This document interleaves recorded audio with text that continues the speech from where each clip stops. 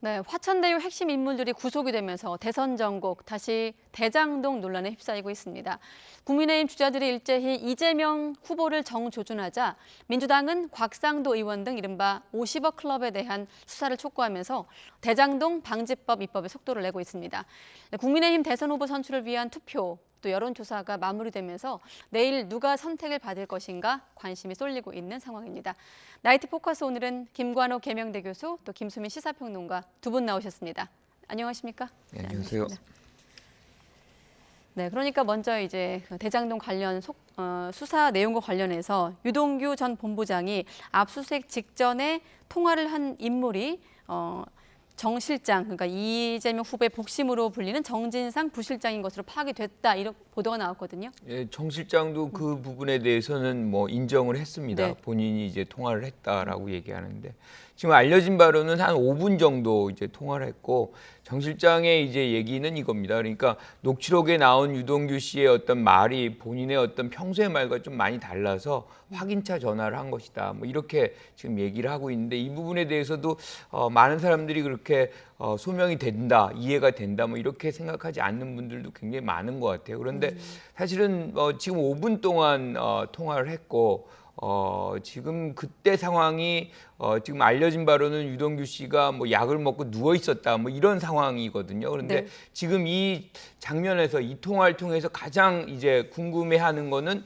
정 실장이 전화를 해서 뭔가 이렇게 관리를 하고 뭔가 은폐를 뭘 지시하고 뭐 그러지 않았겠느냐라는 그런 부분이잖아요. 그런데 지금 5분 동안 그것도 약을 먹고 누워 있는 사람한테 그런 얘기를 할 수 있을까라는 생각을 좀 해봐요. 그래서 저는 뭐 이 부분에 대해서는 수사가 계속 진행이 되겠지만 지금 포렌식을 하고 있기 때문에 얼마나 많이 이렇게 정진상 실장하고 같이 통화를 했느냐가 사실은 이제 밝혀지게 된다 그러면 그건 뭐 모의의 어떤 흔적 같은 것들을 우리가 추측을 할 수 있는 것이지만 그렇지 않고 그 장면에서만 단발성으로 나온 것이다라고 한다 그러면 이거는 뭐 그렇게 크게 확대 해석할 일은 아니다 이렇게 보는 거죠. 네, 물론 정 부실장도 일단 통화 사실 자체를 인정을 하고 있는 상황인데 뭐 두 사람 간의 통화 내용도 물론 중요하겠습니다만 민감한 시기에 통화를 했던 자체도 좀 문제를 제기할 수 있을 것 같고요. 네, 얼마 전에 대장동 국감에서 가장 튀는 장면이라고 해야 될까요? 해석하기가 대단히 어려웠던 그 장면이 바로 이재명 후보가 유동규 씨 근황에 대해서 알고 있는 뭐 약을 먹었다 이런 표현을 써가면서 언론에도 한 번도 보도된 적이 없는 사실을 얘기를 했습니다. 그러면 평론가님 지금 말씀을 끊어 일단 죄송한데 지금 말씀하신 부분에 대한 저희가 발언을 준비했거든요. 그 부분을 듣고 평론가님 설명을 들으면 더 이해가 쉬울 것 같은데요. 한번 들어보도록 하겠습니다. 네. 유동규가 자살약을 먹고 누워 있었다. 그렇게 본인밖에 알 수 없는 상황을 어떻게 이렇게 잘 아세요? 정진상 실장님이 보고해 준 겁니까? 그분이 어쨌든 우리하고 전혀 인연 없는 사람이 아닌데 하여튼 제가 가까이 있는 사람들과 아는 사이 아니겠어요? 누가 그렇게 보고를 주셨어요? 잘 기억이 안 납니다. 기억이 안 나세요? 그럼 얼마 안 되지도 않았는데. 그러면 그 유동규 실장하고는 지사님 폰이 아닌 다른 폰으로도 통화를 하신 적은 없습니까? 네, 없습니다. 그러면 다른 분들이 유동규 실장의 소식을 전해주는 건 어떤 경로입니까? 문자나 아니면은 전화라도 보고를 하나요? 그래도 한때 같이 일하던 사람이니까 관심이 없을 수는 없을 테고 그때 알겠습니다. 신문에 뭐 누워서 이상한 행동을 하더라 뭐 이런 얘기들 때문에 그랬는지. 네, 지난 10월 20일 당시 국정감사장 현장에서 나온 김은혜 의원과 이재명 후보 간에 당시는 지사였습니다만 그 발언을 말씀하신 거죠? 네, 이 발언 굉장히 튀었었고 왜 저렇게 얘기를 할까 좀 해석도 여러 분분한 것들이 있었던 것 같아요. 어떤 사람들은 심지어 이제 국감에서 좀 지쳐서 자신도 모르게 나온 말이 아니냐 이런 얘기가 있을 정도로 좀 해석이 안 되는 부분이었는데 여기서 드러난 거는 이제 누군가를 통해서 유동규 씨의 근황을 챙겨보고 있었다라는 거는 객관적으로 확인이 된 거거든요. 그리고 이 부분에 대해서 많은 의혹이라든지 의문 제기가 됐기 때문에 그 사이에 좀 설명할 책임은 있었다고 봐요. 그러니까 지금에 와서 언론으로 보도가 되고 이제 이재명 후보나 정진상 부실장이 얘기를 뒤늦게 했다고 해서 그들이 유죄다, 뭐 범죄가 있다 이렇게 보면 안 됩니다. 물론 그러나 정치적인 인물이고 공적인 활동을 하는 사람이라면 그 사이에 좀 더 이르게 어떤 해명이라든지 설명이 좀 필요하지 않았나 그 부분에서는 좀 상당히 미진했다, 의혹을 더 키우기 알맞았다라고 좀 지적을 할 수밖에 없겠고, 그리고 이제 이 문제뿐만 아니라 이제 좀 여러 가지 포괄해서 말씀을 드리면 정진상 부실장에 대해서 너무 알려진 바가 없어요. 그리고 공개적으로 활동들을 잘 하지 않습니다. 이제 비서라는 신분에 대해서 이제 어떤 사람들은 그렇게 뭐 공개적으로 드러내지 않고 활동할 수는 있겠지만 정진상 부실장 정도면은 이 선거대책본부에서도 비서실에서 부실장이라는 중책을 맡게 되는 인물이거든요. 그러면은 좀 드러내서 활동을 할 필요가 있고 어떤 설명이 필요할 때 빨리 나타날 그런 의무도 어느 정도 있다고 봅니다. 과거에도 보면은 이제 대선을 치르거나 혹은 대통령이 되는 과정에서 대통령의 최측근이 언론으로부터 공격받는 사례들이 몇 번 있었거든요. 과거에 이제 소위 삼철이라고 해서 문재인 대통령의 최측근 비서들은 이제 대통령이 되기 전에도 공격을 받은 적이 있고, 안희정 전 충남지사도 노무현 대통령 취임 과정에서 언론의 어떤 조명이라든지 공격 이런 걸 받고 이제 청와대로 못 들어간 그런 사례가 있습니다. 네. 그래서 그런 것들을 좀 면키 위해서라도 좀 공개적으로 활동할 필요가 있다. 이것을 좀 지적을 하고 싶습니다. 조금 더 수면 위로 드러나서 공개적으로 좀 대응할 필요가 있다 이런 말씀이시고, 조금 전에 평론가님 말씀이 지금 이번 관련한 의혹에 대해서 이재명 지사 후보 측이 설명할 책임이 좀 있는데, 일단 지금 시점에서 뭐라고 하고 있냐면 두 사람의 통화 나중에 들었다고 했다가 또 언론인한테 간접적으로 들은 이야기다라며 선을 긋고 있습니다. 지금 그러니까 그 이재명 내용 후보 이제 누워 있었다는 얘기는 언론인한테 들었다는 네. 얘기고, 그 다음에 유동규 씨랑 그 다음에 정진상 실장이 통화를 했다는 거는 나중에 추후에 들었다는 들었다. 거. 예. 뭐 이렇게 지금 정리를 하고 있는 거죠.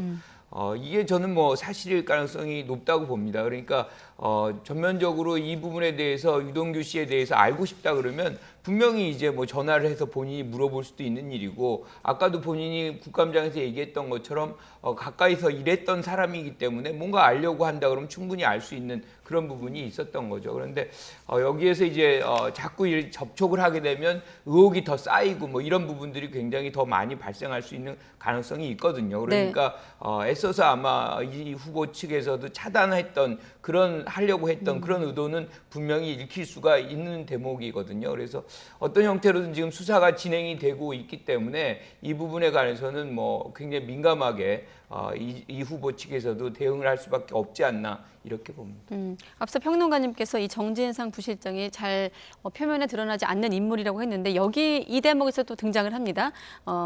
지난번 보도죠. 이제 황무성 그 사퇴 압력 의혹 녹취 파일에도 등장을 하면서 그때도 거론됐던 인물인데, 이렇게 되면 이제 이번 대장동 수사 관련해서 어떻습니까? 조사가 좀 불가피하다는 관측도 있을 것 같은데. 네, 조사 내지 조사가? 수사라고 하는 것은 사실을 파악하는 거기 때문에 예. 뭐 어떤 사람에게 유죄가 있다고 단정을 하고 그것을 입증하기 위해서 하는 활동은 아닌 거죠. 근데 현재까지 이제 뭐 얼마 전에도 김만배 씨라든지 남욱 씨까지 구속도 되고 한 이런 상황이고, 어쨌든 간에 이 사업 설계를 누가 책임을 지고 많이 했느냐, 이 부분은 여기서 관건이 되는 거거든요. 그걸 감안했을 때는 수사의 방향이 유동규 씨를 넘어서서 정진상 부실장이나 이재명 후보에게 가는 것은 불가피하다라고 봅니다. 그리고 그 본인들도 현재 의혹이라든지 사건의 어떤 파장 이런 것들을 감안했을 때는 기꺼이 오히려 좀 입건을 각오를 하고 그렇게 본인들의 결백을 입증하는 그런 쪽으로 좀 적극적으로 임할 필요가 있다, 이 말씀을 좀 드립니다. 네, 일단 검찰은 이번 그 통화 기록을 분석하는 과정에서 유의미한 어떤 대목들이 포착됐다 이렇게 설명을 하고 있고, 특히나 이제 정진상 부실장 같은 경우는 이재명 후보가 성남시장인 시절부터 최측근으로 꼽히면서 이른바 복심으로 불리는데, 또 일각에서는 이재명 후보 측 다른 인사와도 통화를 했다 이런 주장도 나오고 있거든요. 국민의힘 원희룡 후보 발언입니다. 한번 들어보시죠. 직전에 통화한 사람이 한 사람 더 있다고요? 네, 둘 다 복심입니다. 복심이 뭐 여러 명 있을 수 있죠. 저는 잘 그렇죠. 모르겠습니다. 복심급들이죠. 네. 그러면 정진상 실장으로 지금 추정되는 그분보다 더 높은 사람? 아니 뭐 높다 낮다라고는 할 수는 없고요. 그때도 제가 몇 가지 네. 그 지표가 될 수 있는 걸 얘기했잖아요. 우선 유동규 본부장이랑 잘 알아야 된다. 그리고 유동규 본부장을 달랠 정도의 사람이어야 된다. 네. 뭔가 약속을 하면 예. 유동규 측에서 그걸 믿을 수 있는 사람이어야 된다. 예. 그 요건을 갖추는 사람은 몇 안 돼요. 네, 그러니까 이제 원희룡 후보 통화한 인물들에 대해서 실명을 이야기하는 순간에는 증거를 대야 한다고 언급하기도 했거든요. 이건 어떤 의미입니까? 그만큼 이제 알만한 사람이라는 얘기일 것으로 추측이 돼요. 저도 네. 뭐 누구인지는 잘 추측이 안 가는 사람이지만 복심급? 어쨌든 그렇죠. 네. 복심이라 그러는데 지금 정진상 부실장 말고 이렇게 유력한 복심이 또 있나 싶을 정도로 저는 지금 떠오르는 인물은 별로 없거든요. 그런데 이렇게 정진상 부실장의 통화를 알았다면 사실은 그 장면에서 굉장히 유동규 씨나 정진상 실장 옆에 있었던 사람한테 들었다고 우리가 추측이 가능하거든요. 네. 그렇다 그러면 지금 그 얘기를 못할 이유가 뭐가 있는지. 그러니까 저는 이런 부분에서는 오히려 명쾌하게 지금 원희룡 후보 같은 경우는 말해도 된다. 왜냐하면 지금 정진상 부실장의 통화는 확인이 된 거지 않습니까? 네. 그렇다 그러면 그 부분도 좀 국민의 알 권리 차원에서 본인이 얘기하는 것도 방법이다 이렇게 생각합니다. 네, 저 원희룡 후보가 예전부터 정진상 부실장하고 유동규 씨가 통화를 했다라는 그런 설을 제기를 했었거든요. 예. 그리고 그게 결과적으로 맞는 걸로 드러나서 또 한 번 원희룡 후보에게 그 이목이 집중될 것 같은데, 근데 저는 좀 그래도 그럴수록 더 신중했으면 한다는 좀 생각이 듭니다. 네. 예, 오히려 맞았기 때문에 그 신빙성이 굉장히 크게 실릴 수 있거든요. 근데 그 상태에서 이제 대선 주자입니다. 정치인이고 그 신분에서 뭐 어떤 유튜브 언론인도 아니고 이런 설들을 자꾸 제기하는 것이 정치적으로 부담이 되고 또 사회적으로도 진실을 파헤치는데 도움이 안 되는 방향으로 자칫 흐를 수도 있는 거거든요. 결과적으로 사실이 확인된다 하더라도. 그렇습니다. 왜냐하면 사실 확인되더라도 그 과정이 또 정당해야 되는 것인데 예. 사실 여기서 제기하는 원희룡 후보의 얘기는 그 또 다른 복심에 대해서 사실 이게 성명불상이에요. 쉽게 얘기하면. 네, 그리고 본인이 아는지 모르는지도 듣는 사람도 알 수가 없습니다. 그러면 어떻게 보면은 진실을 철저하게 가리는 입장에서는 하나마나한 혹은 드러나마나한 얘기일 수도 있는 거거든요. 예. 그런 것들을 감안했을 때는 특히 이제 중량감 있는 대선 후보 입장에서는 조금 더 신중해졌으면 좋겠다 이 말씀을 좀 함께 드리고 싶습니다. 네, 또 원희룡 후보가 근데 또 호감도 조사 결과에서는 또 상당히 높게 나오더라고요. 잠시 뒤에 또 원희룡 후보 얘기를 할 기회가 있을 것 같고, 자 이렇다 보니 야당은 계속해서 이제 공세를 하고 있습니다. 김만배 씨, 남욱 변호사 다 구속이 되니까 특검하자 이렇게 공세를 하니까 민주당은 여기에 대해서 50억 클럽으로 화살을 돌리면서 반격에 나서고 있습니다. 발언 한번 들어보도록 하겠습니다. 돈받은 자가 범인입니다. 곽상도, 박영수, 원유철 그리고 부인까지 돈받은 자를 즉각 소환 수사해야 합니다. 55 클럽처럼 돈을 받거나 돈을 받으려 했던 자 대부분이 국민의힘과 관계가 깊다는 겁니다. 자기 자신과 싸우시겠다는 겁니다. 유체이탈화법이 도를 넘어도 한참 넘어섰다고 볼 수 있습니다. 지금 화면에 날짜가 없는데 내용만 놓고 보면 지난번 국정감사 화면을 다시 보는 것 같기도 하고요. 야당은 계속 특검을 요구하고 있고 여당은 이렇게 돈을 가져간 자가 범인이다 이런 주장을 되풀이하고 있는 상황입니다. 네. 근데 지금 특검을 요구하기에는 지금 수사가 미진하다 그러면 이제 특검 얘기가 더 비등해질 텐데 네. 지금 뭐 남욱 씨, 김만배 씨 지금 구속되고 수사가 착착 진행 중이잖아요. 그런데 예. 특검을 얘기하는 거는 정치 공세라고 볼 수 있는 것이고요. 지금 50억 클럽도 굉장히 중요합니다. 결국에는 이익을 누가 받는지. 그러니까 저는 이 사건에 있어서 세 축으로 봐요. 그러니까 실질적으로 수익을 이렇게 그러니까 어떻게 보면 민간업자들의 어떤 수익을 상한제를 이렇게 놓는 것을 폐기한 부분이 누가 했는지 하나고, 네. 그다음에 돈의 흐름이 어디로 갔는지 하나고, 그다음에 또 더 중요한 게 있습니다. 우리가 이제 50% 플러스 한 주잖아요. 지금 화천대 성남 도시개발공사 가져가는 것이, 나머지 민간업자가 50% 마이너스 한 주입니다. 네. 그러면 거기에 이제 많은 은행들이 들어와 있어요. 여러 은행들이 있고 1%가 화천대요, 6%가 천화동인이에요. 그런데 사실상 모든 돈은 이 7%가 다 가져가게끔 이 설계가 돼 있습니다. 지금 민간업자들의 이익 수익 배분 구조 속에서. 예. 그럼 이거를 도대체 누가 만든 것이냐라는 것이거든요. 보통 은행들은 이런 식으로 만들지 않거든요.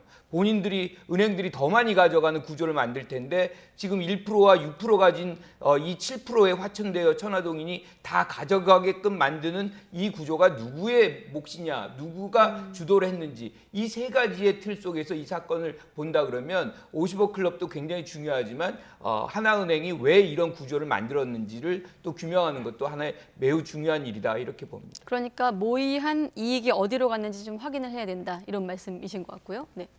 이 사건을 두고 이런 표현이 많죠. 누구누구가 범인이다.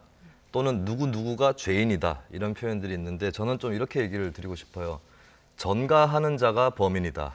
그리고 놓치는 자가 죄인이다.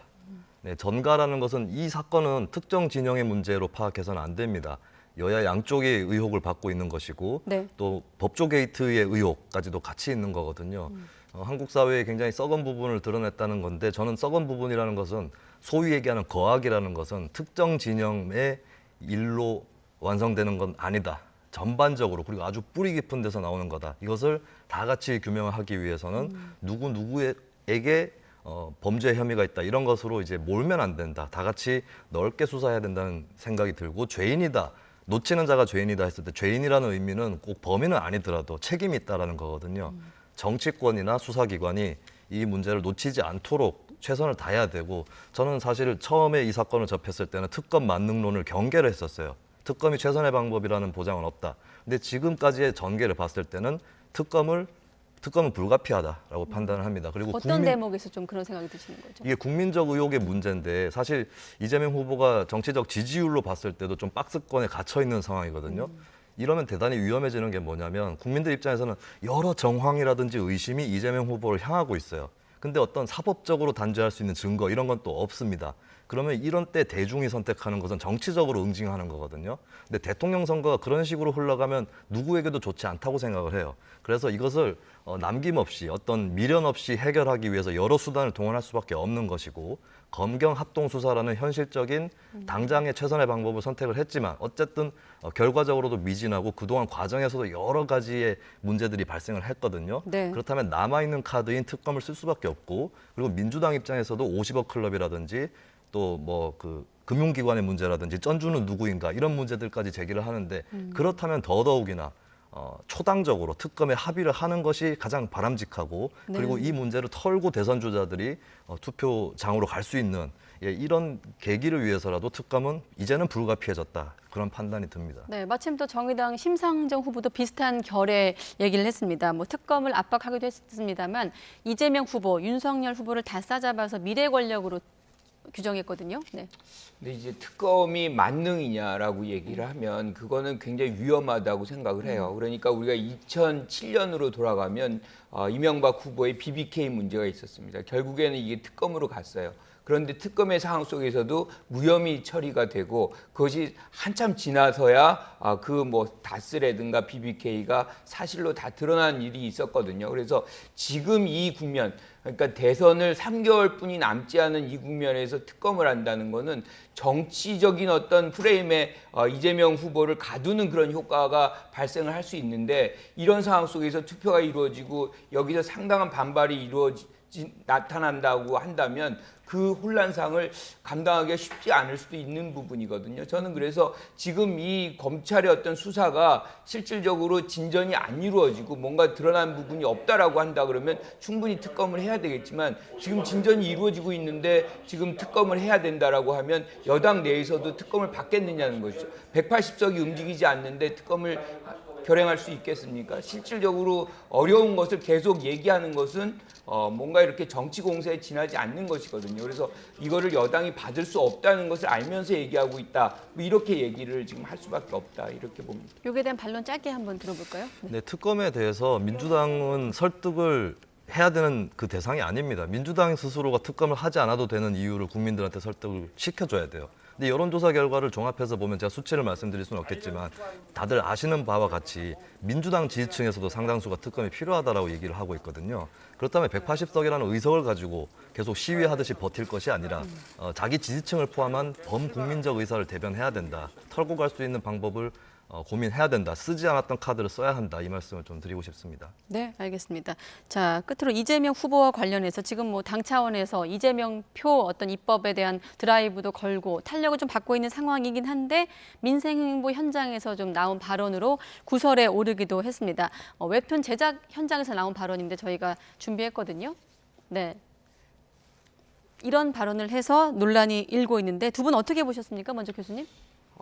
저는 실언이라고 생각을 해요. 이런 장면에서 저런 제목이 들어있는 것을 제목이 확 끄는데요라고 이제 반응을 하는 거는 뭐 순간적으로 이렇게 이목을 집중시킬 수 있는 그런 말은 되겠지만 지금의 이 위상은 여당의 대권 후보입니다. 대선 네. 후보죠.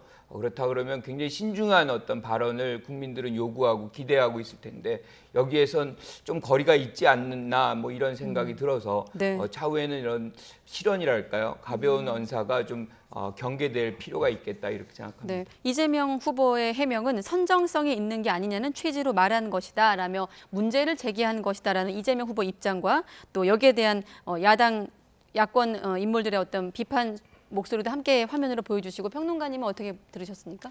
저는 처음에 이재명 후보의 저의를 함부로 짐작하는 것은 올바르지 않다고 생각했어요. 네. 어떤 맥락인지 속으로 어떤 생각을 했는지 좀 분명하게 드러난 건 아니라고 봤는데 예. 결정적으로 이 해명이 좀 저는 납득이 가지 않습니다. 그러면은 사람들이 의심했던 그게 맞다는 거거든요. 선정성이 그 코드였다라고 하는 건데 근데 그것에 대해서 나는 이제 선정성 코드라고 인식을 하고 말을 했는데 다만 그 목적은 문제 제기였다. 비판적인 것이었다라고 하는 건데 사실 저런 자리에 가가지고 그 관계자를 향해서 문제 제기를 한다? 이것은 정치인으로서 있을 수가 좀 없는 일까지는 아니더라도 힘든 일입니다. 이런 경우는 그냥 침묵을 하고 넘어가거나 네. 뭔가 이상한데 싶어도 그 자리에서 막 따져가지고 관계자하고 싸우는 듯한 갈등하는 듯한 모습을 피하는 게 정치인이 아니더라도 보통 사람들의 습성이라고 저는 보거든요. 예. 그래서 이 해명이 좀 결국에는 사람들이 의심했던 그게 맞다라는 걸 확인시켜줬다라고 하는 거고 저는 이제 이재명 후보가 얼마 전에 사족 로봇 관련해서 논란이 있었거든요. 근데 그거는 이재명 후보가 억울했던 게 맞습니다. 그러니까 넘어뜨리라고 해서 넘어뜨렸고 결국에 로봇가 일어났어요. 근데 문제는 그때 살짝 이제 이재명 후보의 뭐 잘못이라기보다는 실수에 가까운데 로봇가 일어나기 전에 미리 얘기를 해버려요. 못 일어난다. 그래서 그까지만 딱 장면을 본 분들은 이재명 후보가 너무 지나치게 밀어가지고 로봇에 이상이 생겼다라고 생각했는데 그 네. 뒷장면들을 보니까 일어납니다라는 게 나와요. 근데 이런 것들 종합해서 봤을 때 이거를 뭐 도덕적인 문제로 몰고 가는 건 전 바람직하지 않다고 보지만 이재명 후보의 문제가 드러난 것은 너무 말들이 즉각적이고 반사적이기 때문에 스스로 좀 함정을 파는 좀 궁지로 모는 이런 습관이 있다라고 하는 거 이걸 좀 주의를 해야 될 것 같고 이재명 후보가 억울할까 봐 싶어서 제가 좀 더 공격 대상을 넓히겠습니다. 네. 제 생각에는 이번 대선에 그러니까 소위 그 거대 양당의 빅4 4명의 후보분들이 다 그런 습관이 있습니다. 너무 즉각적이고 반사적으로 받아치는 뭐 어떤 분들은 이낙연 후보는 좀 다르지 않느냐 하시는데 예전에 그 이천 화재 현장 갔을 때 유가족들하고 이제 즉각적인 그 말싸움 같은 말대꾸 같은 그런 모습이 또 나온 적이 있었거든요. 그럼 그 네 분의 정치인 분들이 억울하실 것 같아서 제가 시대적으로 좀 다시 진단을 하자면 좀 사람이 너무 쉽게 말을 해야 되고 내가 즉각적으로 받아쳐야만 함정에 빠지지 않고 살아남을 수 있다라고 하는 이런 그 굉장히 각박한 사회 문화가 만들어낸 풍경이 아닐까. 대선 주자분들이 뭐 특별히 보통의 사람보다 더 나쁜 사람들이 아니라면 우리의 평균치와 가까운 사람들이라고 했을 때는 네. 저분들이 그럼 왜 그런 말실수를 하느냐 했을 때 예. 이런 것들에 대해서 이제 너무 지나치게 빨리 얘기해야지 자신의 결백이라든지 실력이라든지 이런 것들을 입증할 수 있다라고 믿게 하는 각박한 사회 문화의 좀 원인이 또 있지 않은가 이런 얘기도 좀 드리고 싶습니다. 네, 사실 이날 행보도 문화예술인들의 어떤 기본소득과 관련된 정책의 행보였고 저 발언 다음에는 또 현실에 대한 어떤 공감의 메시지도 있었는데 그런 발언들이 이 논란의 발언으로 묻힌 측면도 있습니다.